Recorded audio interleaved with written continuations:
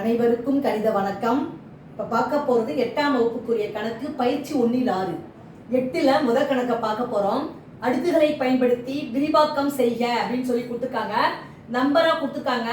அதை நம்ம என்ன பண்ண போகிறோம், அடுக்குகளை பயன்படுத்தி விரிவாக்கம் செய்ய போகிறோம். இப்போ பாருங்க, கொடுக்கப்பட்ட கணக்கு 6054.321. இந்த கணக்கை ஃபர்ஸ்ட் நான் எப்படி எழுதுறேன்னு பாருங்க. 6 × 1 10 100 1000. அப்ப 6 × என்ன வரும், 1000. அடுத்து பிளஸ் 0 × என்ன வரும், 100. அடுத்து பிளஸ் 5 × என்ன வரும், 10. அதுக்கப்புறம் பிளஸ் 4 × 1. இதை நம்ம விரிவாக்கம் செஞ்சிட்டோம். அடுத்து புள்ளி தசமேல வரும் பொழுது அடுத்து என்ன பண்ணுவோம், பிளஸ் போட்டுக்கிறேன். 3 × 10 1 பிளஸ் 2 × 100 1 பிளஸ் அடுத்து என்ன இருக்கு, 1 இருக்கு. 1 × 1000 1.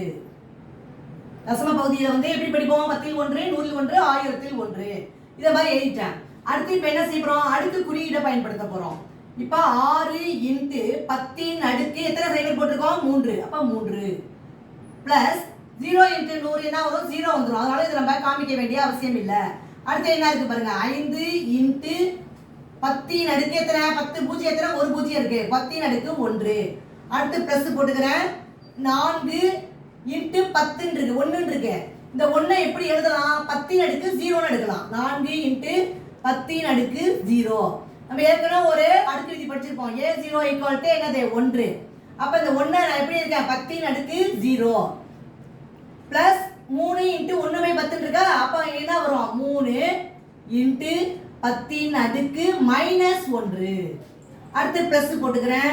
2 × 10 அடுக்கு எத்தனை பூஜ்ஜியம் இருக்கு, -2. பகுதியில் இருக்கிறதுனால மேலே கொண்டு வரப்ப இது மைனஸா மாறிடும். பிளஸ் 1 × 10 அடுக்கு -3.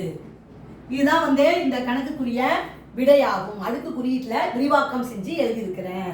புரிஞ்சுங்களா?